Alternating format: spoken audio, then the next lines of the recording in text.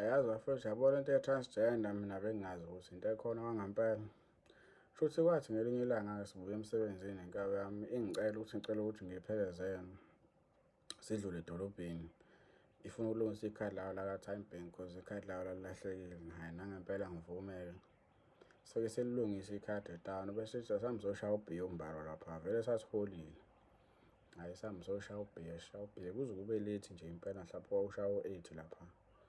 Hhayi, mase siphuma sithi siyogibela sithi emnyango awukhona umunye usisi nje umyedwa lapha yabona. Hhayi, sigxume sihlale kuye. Hhayi, simkhulumisa. Ethi lo sisi ngoba emilana nje kukhona umuntu amlindile uthe uyeza. Manje lo muntu kumele amnike imali yakhe yabo. Ugqoke iy'mpahla engathi ezenesing nje lo sisi lona ngathi unesi like angiqondi nami yabo. Awu, sime nje isikhashana sezembuzi kodwa futhi ngoba lo muntu wakho ngathi akafika indaba ungavele uhambe uyogibela ngapha njengamanje. Akuphephile kugcwele amaphara afuna la etawuni and sokumnyama yabo. Hhayi, gcina avumile-ke. Abahlala eBay bayazi amateksi mhlampe ngo-7:30 kanje asuke engasasekho erenki. Ama kwenye indawo ema-parking ase-okay. Ayisuke-ke sihambeke impela siyogibela yabo. Same samkhulumisa lo sesendlini kodwa umuntu opressa kakhulu imina yabo. Inkabi yami nayo ihambe iyakhuluma ngiyayibona futhi nathi sidlile impela manje. Ngicela ngeze ngifone nenamba kulo sisi yabo. Athi lo sisi yazi bhuti angisiyona lento oyifunayo. Ngithi mfowethu yabo nje uma ngibuka kanje mina uyiyona into engiyifunayo. Ayanginike inamba sihambe nangempela. Size sifike lapho khona amatekisi yabona. Kanti inamba ngigcina ngokuyiphantsa ngisevanga. Uma ngithi ngiyayicinga inamba sezogibela lo sisi lo angiyitholi. Ngiphinde futhi ngimbize ngithi yazi inamba yakho ngigcine ngiyiphantsha angisevanga. Ngicela uphinde unginike inamba yabo. Ayise kodwa bhuti ngoba lokhu ubhizi ufuna inamba yami. Mina namanje ngisasho angisiyona nje lento engiyifunayo. Ngithi mina kade mfethu yini?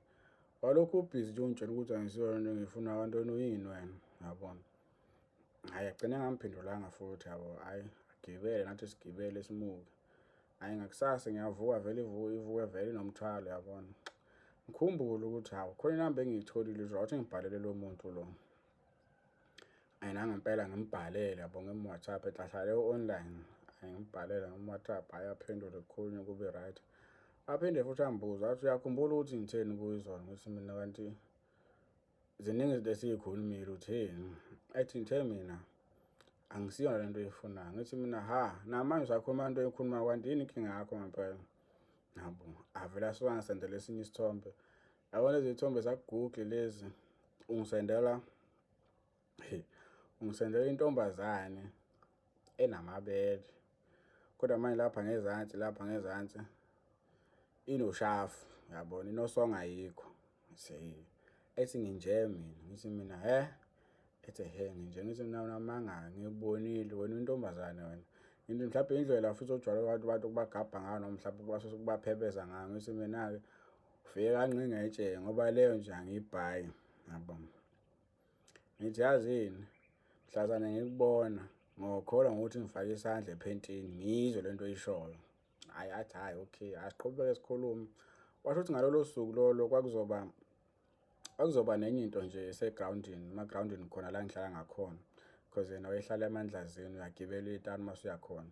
So babezoza ngala kwakuyi-World AIDS Day into kanjalo yabo. Kodwa ngicathi into yezempilo because kwakhona no-minister laba bama-healthy kanjalo yabo. Kukhona umthito ohlala khona la ngihlala khona uhamba ngetekisi so wayezoya etawuni yena eyodiphozitha imali ye-own yabo. Athi angimphelekezele sijike khona. Hhayi, sihambe nangempela fike idiphozithe imali sithenge ne-6 nyana sihambe siyayiphuzela nje yabo. Mase ngibuya ngicela ame lapha egrawundini. Ngibone lo muntu lo yabo. Hhayi, nangempela afike ame laphana-ke angilinde ngingene ngaphakathi egrawundini. Kunamaphoyisa la kugcwele nabantu abaningi nje impela yabo. Hhayi, ngimfonele ngimbuza ukuthi ungakuphi. Athi hhayi ngilapha kwi-mobile clinic angidirecthe ngize ngifike ngakhona. Nangempela aphuma. Ngiyaphuza lapho kodwa manje mhlawumbe ngasashaya amakani mhlawumbe 2 3. Angadakwa nje. Ayaphuma nangempela mephuma hhayi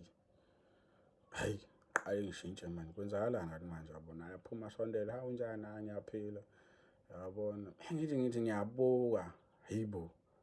Lo muntu phela uyashefa lo muntu lo. Uyabona futhi ukhona ukuthi intombazane inentshebe Lo muntu wangasikhona ukuthi intshebe yentombazane intshebe lefana neyami impela inkinga ishefiwe yase yazama ukufihlwa nge-makeup wara story. Ngithi mina inkinga phela le. Hayi ngithi ngiyambuka futhi ugqoke nesikhindi futhi ngiyabona lemlenze la kusemlenze intombazane imlenze yendoda le womile lo muntu lo. Vele ngibona umuntu uqinisile ngempela. Engibona intshebe ngibona imlenze vele ngibona ukuthi yabona la indoda uqobo lwayo le. Inkinga manje inamabele futhi amabele yabona amabele lawa akusiwona amabele ahlosa amabele amadala. Angisahlalisekile ebhizi yakhuluma mina siphe manje ngifuna ukuthi mina mfethu umuntu kanjani uyifaka entweni owazi ukuthi ngithi yabona nje ngimile nje ngiyacabanga ukuthi azokuthini angisezwa lutho ngiyahamba ke manje la ngiyabaleka khuluma ngithi mfethu azokuthini asikhulume efonini lo muntu ongilindele lapha ngicathi futhi ujahile uyabona. Ayina ngempela ethi awusuyahamba ngithi ngiyahamba futhi yabona ngihamba impela ngizokufonela. Hayi ngihamba futhi ngangidumele futhi ngicasukile ngangaphuma ngisho egroundini ngangena kwaThaphu ngadelete inamba ngayibhlokha ngabhlokha kwaMakhosi ngabhlokha kaSana ngathi ngifike emotweni ngangidonsa ikani mhlawumbe ngaliphuza kathathu lela kani laphela ngendlela nje futhi ngangicasuke ngayo ngine-stress ngayo futhi ngiphatheke kabi nje ukuthi ngempela mina lento ikhona futhi ngadumala bafethu kakhulu. Hello Mzansi, welcome to Mgosi waseMzansi. If today is your first time visiting this channel, please do the right thing and click the subscribe button. Nangibhuda uqoqa story sakhe ukuthi wake wahlangana naGeli wacela number vele Geli sabona intombi and then Geli wamnika but was before wamnika wamtshela ukuthi athi mina ngisengiloqabanga ukuthi ngiyiko. But sadly kesana ubhuti wangamthathela enhloko thinking ukuthi maybe indlela yakhe yokumqosha akafuni ukumupha inamba uthi wampha inamba uthi noma baqoqa efonini Geli bekaluka athi mina ngisiyo lokuqabanga ukuthi ngiyikho. It's okay bamitha uma bamitha somewhere groundini kune-event thite lebe ikhona uthi mfana soyambukisisa kahle uyambona ukuthi hayibo unentshebe yabo lokuthi ubone ukuthi umuntu uyashefa uthi umbuka tinyawo uyabona tinyawo ukuthi hayibo ngathi tinyawo tendoda musileti. Usebhuti webantu wabaleka wangasabuki nasemuva wafika wadelete inamba yaGeli wamblokha kesana. And I'm thinking ukuthi but wena utsheliwe nje at least uzakhonjwa nepicture ukuthi mina ngiso but wena awuzange ufune ukubelieve.